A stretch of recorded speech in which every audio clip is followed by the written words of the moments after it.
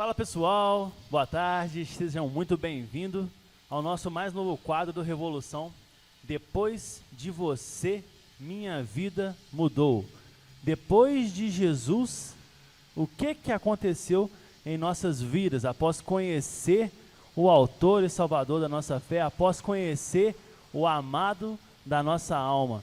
E esse quadro ele vem com a intenção de trazer histórias que talvez poucas pessoas conheçam. Muitas das vezes a gente sabe que às vezes você está ao lado de uma pessoa que tem uma grande história com Jesus, um grande testemunho com Jesus, mas você não conhece desse testemunho. E a intenção é compartilhar, é trazer os jovens, trazer a galera do Revolução, trazer outros jovens, você que quiser compartilhar seu testemunho, para que nós possamos estar enriquecendo e compartilhando o que Jesus fez para as nossas vidas. E hoje estamos aqui com a Isa. A Isa, seja bem-vinda. Boa tarde. Boa tarde. Amém. Amém. A Isa está aqui. A Isa, ela é do Heavy Sound. A Isa canta, a Isa toca violino, a Isa toca bateria. A Isa é uma benção aqui, revolucionária, nos ajuda nos projetos, nos trabalhos, evangeliza com a gente. E hoje está aqui para contar um pouquinho da sua história, para contar o que Jesus fez na vida dela, de como que foi depois que ela conheceu o amor da vida dela. Amém, Isa? Pode falar pra gente um pouquinho, conta um pouquinho pra gente, fica à vontade, tá? Cenário lindo, né, gente? O pessoal programou esse cenário legal aí, ó, show de bola, para que a gente pudesse ter esse momento bacana. Vou deixar você falar agora, aí, pode falar. Obrigada. Então, eu me batizei com 10 anos, eu sempre fui de um lar cristão, desde a minha infância.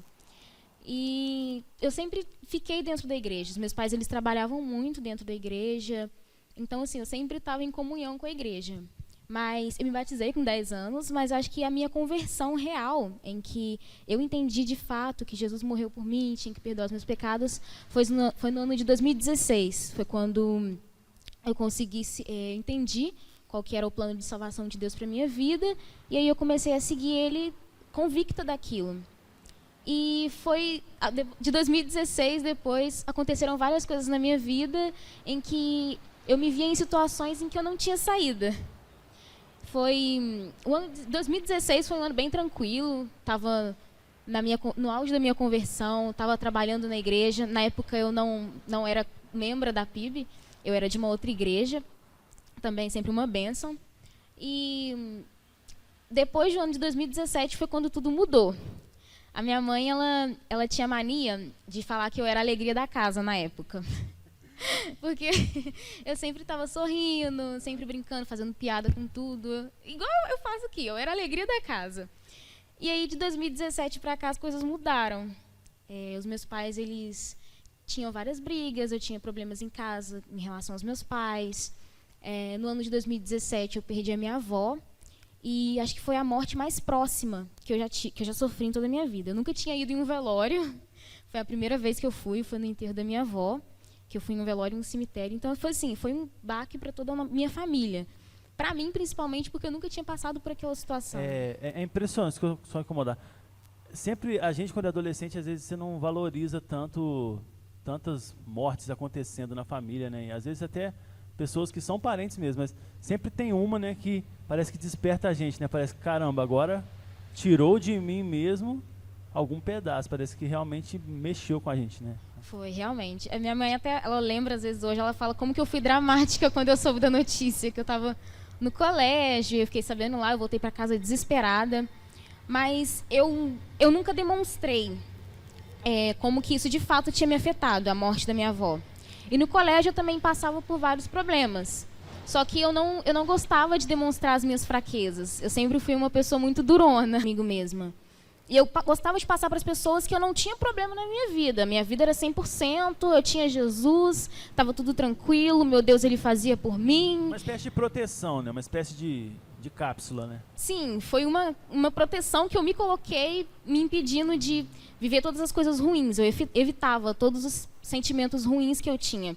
Tanto que eu acredito que eu não vivi a perda da minha avó. Eu fui viver isso só lá pro ano de 2019. E no decorrer de 2017 eu conheci muitas pessoas, me apaixonei, quebrei a cara. Normal. Normal, mas eu acho que foi a primeira vez que eu sofri de um caso desses, de gostar de uma pessoa, enfim. Foi a primeira vez. E aquilo tudo aconteceu muito rápido. Todas as confusões em casa, o problema com o falecimento da minha avó, os meus problemas no colégio. Eu nunca senti essas coisas, sabe? De tristeza, angústia. Eu nunca senti. Para mim estava tudo ok e era assim que tinha que ser a vida. Até que, no ano de 2018, eu já não estava mais aguentando aquela situação. Eu acho que eu estava sendo forte demais e o meu corpo ele estava querendo liberar um pouco daquele sentimento que eu tinha guardado há muito tempo. E aí foi no ano de 2017, quando... Eu já falei de 2017? Falou de 2017. Ah, tá. Desculpa, deixa eu voltar. Pode não. E foi no ano de 2018, quando eu comecei a me questionar por essas questões, quando isso começou a me incomodar muito. E aí eu comecei a procurar as respostas. Porque de uns tempos para cá, de 2018, né, de 2017 para 2018, eu fui me tornando uma pessoa muito fria. Porque eu guardava muita coisa para mim naquela época. E estava ficando difícil. Só que ao mesmo tempo em que eu queria expor para todo mundo o que eu estava sentindo, eu guardava aquilo para mim, eu não conseguia.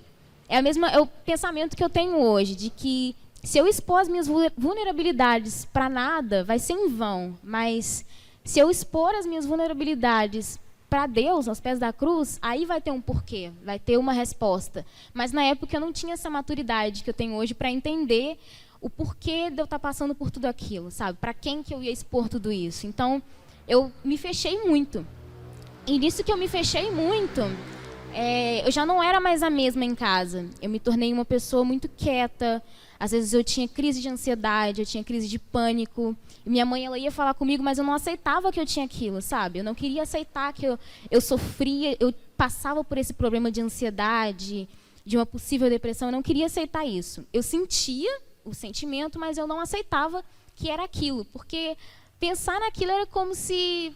então eu nunca aceitei Jesus na minha vida se eu estou passando por isso. Era um tabu que eu criei na minha mente. Pois é até algo que a gente pode até frisar bastante, como que isso é enxergado como preconceito dentro da igreja, né? É verdade. Como que dentro da igreja, as pessoas no século XXI conseguem crer que ninguém pode passar mal, ninguém pode realmente adoecer, que talvez você adoeceu, você tem que estar ali possessa por algo, por alguma coisa. E sim, as pessoas adoecem. As famílias às vezes ficam disfuncionais, né, e por alguns desajustes, né, normais, e acontece de adoecer realmente. Então eu acho que isso é até bom a gente testemunhar, porque tem que ser quebrado esse tabu. É verdade. Um tabu que as pessoas se escondem e não conseguem ser ajudadas por causa desse preconceito.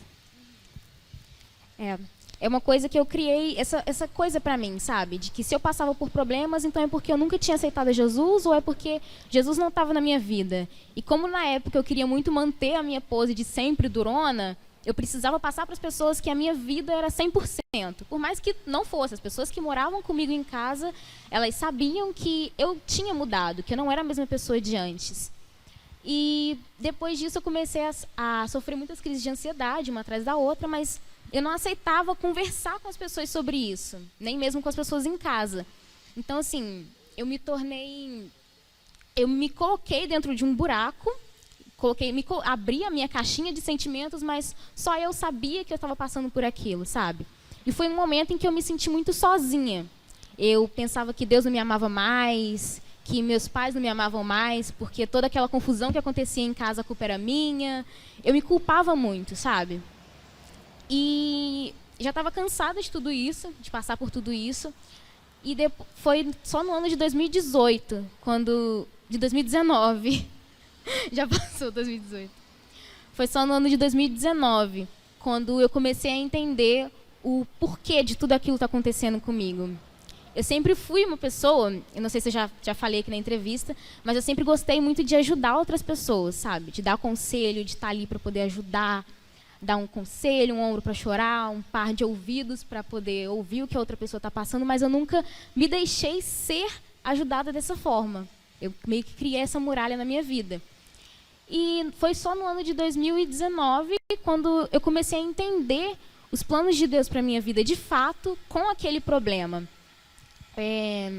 Eu comecei a me abrir, foi quando, no ano de 2019, eu comecei a trabalhar com carteira assinada, já tinha saído do ensino médio, e foi quando eu comecei a entender literalmente como que é o mundo aqui fora.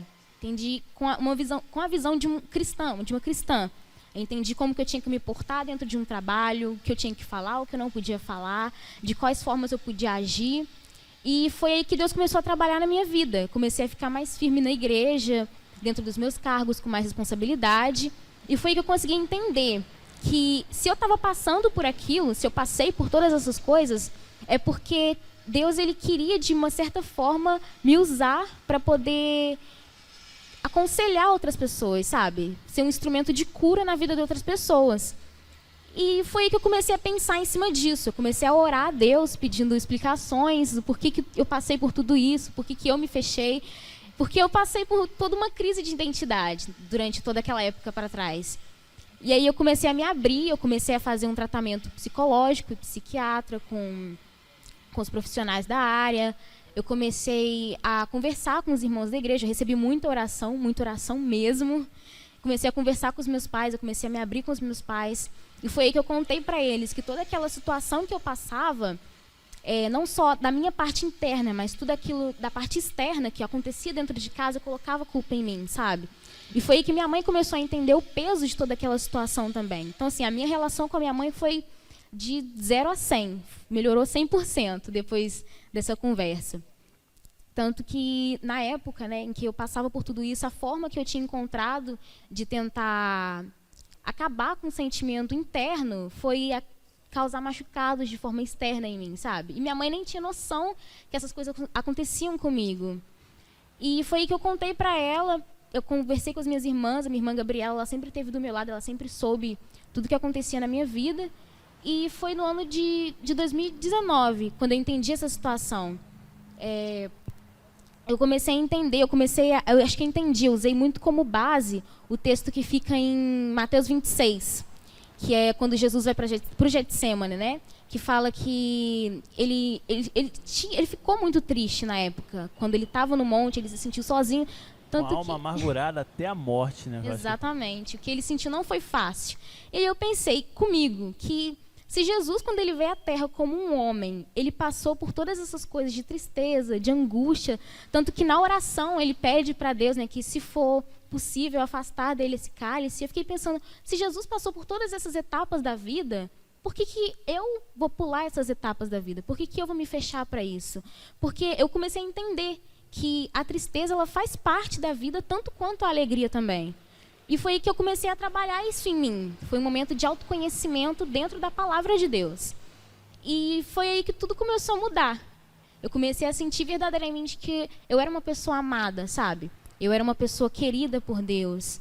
E que se eu estava passando por tudo aquilo é porque tinha um propósito para tudo aquilo. E acho que agora, no ano de 2020, depois de muito tempo, eu consigo entender qual que era o propósito de tudo isso, sabe? Foi preciso... Eu ainda passo por essas coisas, eu não finalizei todo o meu tratamento, eu ainda passo por tudo isso, por todas essas coisas. Eu já fui parar em hospital por conta de crise de pânico, de crise de ansiedade. Só que é uma coisa em que, hoje em dia, eu sei lidar melhor com tudo isso. Porque quando eu coloquei esse meu problema nas mãos de Deus, tudo começou a ser mais tranquilo, sabe? Tudo que eu via como o fim do mundo era como se amanhã eu tivesse a certeza de que ia ser melhor, sabe? Porque nada mata aquilo que é regado de esperança, sabe? Eu coloquei isso como uma meta na minha vida. E foi surreal. Eu paro para pensar hoje o quanto é divino você passar por uma situação em que no dia você quer desistir, você acha que você vai morrer, mas que no outro dia você amanhece e fala, uau, eu consegui passar por essa, sabe? Eu consegui sobreviver a tudo isso. Porque é muito fácil a gente só viver à base das bênçãos de Deus. É muito fácil a gente querer viver uma vida 100% de bênçãos de Deus, sabe? Porque na Bíblia fala que a gente vai ter, no mundo, né, tereis aflições. E que o mundo jaz do maligno. Mas a Bíblia também fala que Jesus, ele foi ferido pelas nossas...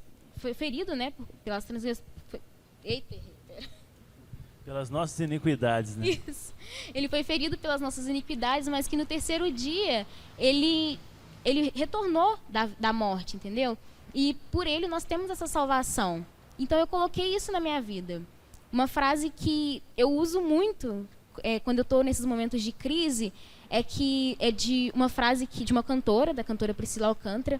Ela falou em uma das pregações que ela fez uma vez que Deus ele escreve poesia no caos e que ele está me treinando para ser uma poeta. E isso mexeu muito comigo, porque como eu tenho essa ideia de ser compositora, eu componho algumas músicas, foi um choque, que eu comecei a escrever sobre tudo aquilo que eu já tinha passado. E tudo foi ficando mais claro para mim, sabe? Foi dando um porquê, foi dando um sentido para a minha vida. E hoje eu sou uma pessoa diferente, sabe? Eu gosto de contar para as pessoas essa minha história, eu não escondo mais quem eu sou, não tem porquê eu esconder as minhas feridas, porque se das minhas feridas Deus pode trazer cura, por que eu vou guardar isso para mim? É a mesma coisa de que eu guardar a salvação só para mim. Deus ele veio para todo mundo, então por que eu vou querer isso só para mim? Não faz sentido, sabe? Então, assim, eu quero que a minha história ela seja um caminho de cura, sabe? Para as outras pessoas, para elas verem que não é fácil. É claro que tem momentos da vida em que eu quero ficar sozinha no meu canto, em que eu realmente eu fico muito angustiada, ou que eu penso que eu não sou amada, mas que no outro dia aquele sentimento passa, porque Deus ele traz tranquilidade ao nosso coração. Porque toda essa situação é todo um conflito entre a alma e o espírito. E isso é muito forte, porque se a minha alma está fraca e se o meu espírito está fraco, eu vou cair nessas armadilhas do inimigo e vou entrar em uma depressão profunda, sabe? Mas se o meu espírito estiver forte, por mais que a minha carne esteja fraca, o meu espírito ele não vai deixar que a minha alma me domine, entendeu? Ele não vai deixar que a minha carne me domine naquela situação. E é isso que traz um refrigério ao meu coração toda vez que eu estou tendo uma crise. Eu penso que eu já passei por isso outras vezes, isso vai acontecer outras vezes, mas como das outras vezes eu vou passar por cima disso, sabe? E é isso. É isso. Glória a Deus. É muito bacana esse sorriso, cara. E um dos versículos que fez a gente querer dar vida a esse quadro, querer realmente botar esse quadro para frente, é a passagem de 2 Coríntios, capítulo 1, que fala que nós somos consolados para consolar. A consolação que nós recebemos é para que nós possamos compartilhar ela. Então, assim, se nós somos perseguidos, é para consolar. E se nós somos consolados, é para consolar da mesma forma. Então, assim, eu acho que com certeza vai criar rotas de fuga aí. Quem que realmente estiver atento, com os ouvidos atentos, está passando, muitas pessoas estão passando pela mesma situação, com certeza vão poder se apoiar num testemunho como esse. Até porque, como você disse, né? Teve um tratamento, mas junto com esse tratamento teve um acompanhamento espiritual. É uma fé racional, né? Você organizar, fazer assim, literalmente o que está ao nosso alcance e acompanhando com Deus, né? E sempre embasado na palavra, sempre buscar conhecer a palavra. Eu acho que hoje você consegue identificar um propósito de Deus na sua vida, né? O que Deus realmente quer te usar e quer fazer acontecer através da sua vida. Agora eu queria te fazer uma pergunta.